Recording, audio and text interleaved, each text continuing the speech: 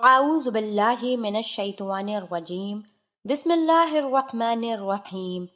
अस्सलामु अलैकुम वरहमतुल्लाहि वबरकातुहू। मैं उम्मीद करती हूँ कि आप सब खैर व आफियत से होंगे। मेरी दुआ है कि अल्लाह पाक आप सबको खैर व आफियत से रखें, आमीन। नाजरीन, फर्ज कीजिए एक नौजवान औरत और मर्द की शादी हुई। पहली रात आई लेकिन वो इन नगमों को ना सुन सके, इस बहार को महसूस ना कर सके जो हर एक शादी का खासा होना चाहिए। उनको कुछ कमी महसूस हुई तो वो सोचते हैं कि दुनिया भर में वही दोनों बदकिस्मत हैं। जरूर दोनों में से किसी एक में खराबी है, तभी तो दुनिया के तमाम लोगों की तरह मुसर्रतों को हासिल न कर सके। वो एक दूसरे की तरफ कुछ हैरान कुछ मशकूक निगाहों से देखते हैं। अगर उनको मालूम होता कि दुनिया में ज्यादातर शादीशुदा अफराद इब्तदाई दिनों में मुश्किलात से दो चार होते हैं तो उनके इतने तल्ख तासुरात हरगिज ना होते। पहली रात जिनसी कुर्बत जरूरी नहीं। मुमकिन है ये जुमला पढ़कर मर्द और औरतों को ताज्जुब होगा, मगर ये हकीकत है कि अगर जिनसी कुर्बत को कुछ दिनों के लिए मुलतवी रखा जाए तो उसके अच्छे नताइज निकलते हैं।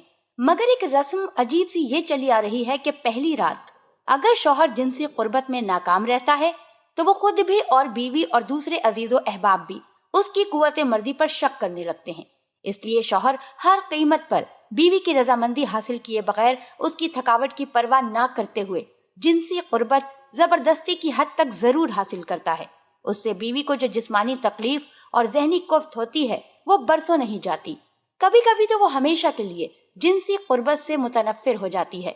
उमूमन जो औरतें जिनसी मामलात में अपनी तरफ से पहल नहीं करती या दिलचस्पी नहीं लेती, उनमें ज्यादातर पहली रात के तल्ख तजर्बात का शिकार होती हैं।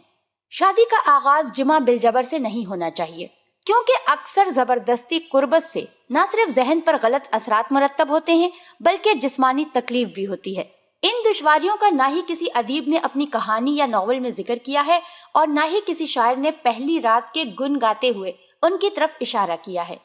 पहली रात जब दुश्वारियां हाइल हो जाती हैं तो बीवी घबरा जाती है, शौहर अलग घबराता है।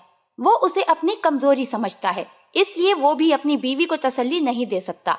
नतीजा ये होता है कि शादी के इब्तदाई दिनों की सारी शेरियत खत्म हो जाती है और दोनों जो ख्वाब देखते हैं उनका खून हो जाता है। अल्लाह पाक हम सबको दीन की समझ अता फरमाए और उसके मुताबिक जिंदगी बसर करने की तौफीक अता फरमाए, आमीन।